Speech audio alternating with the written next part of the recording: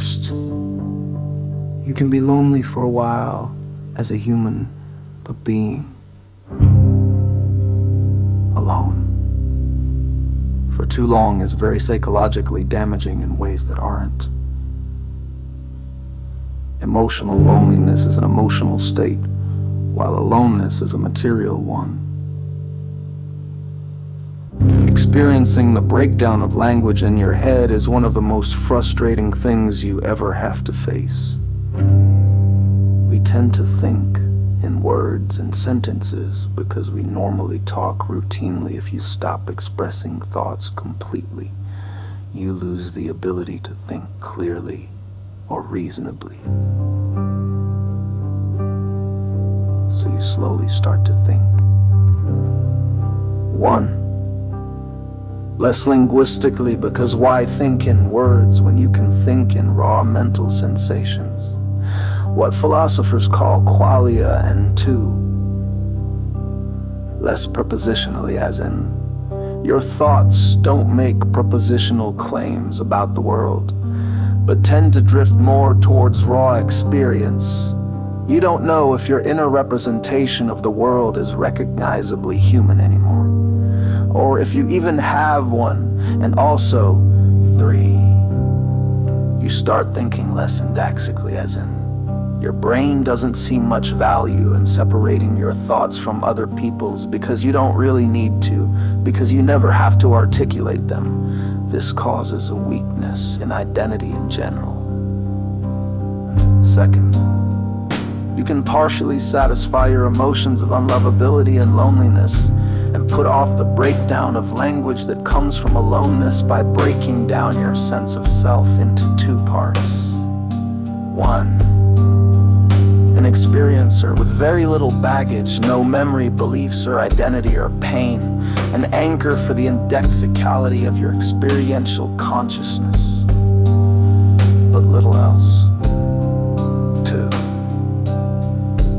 1 or more mental constructs of a person that interact with the index. These constructs have personalities, express thoughts, feelings, convictions, all presumably borrowed from what you could have expressed or presented as a person in a different world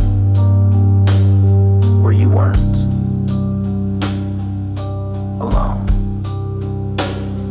These constructs are what you can call ghosts.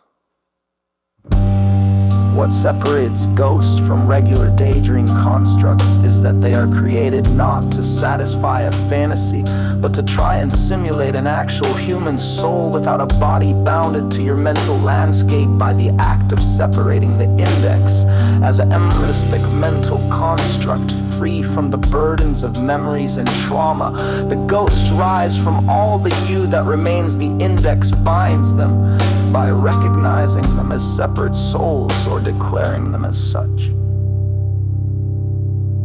The tension between the index and the ghost emerges, however, from the true nature of binding itself. The more the index becomes self-aware of its history, of its creation through separation, the more it realizes that ghosts are only partially created out of your own personality.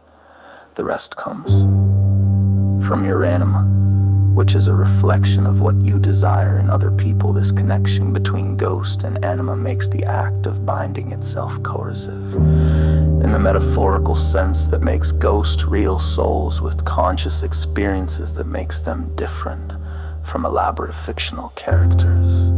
You do not own the parts that makes the anima. The anima is what you want and can never have because of aloneness.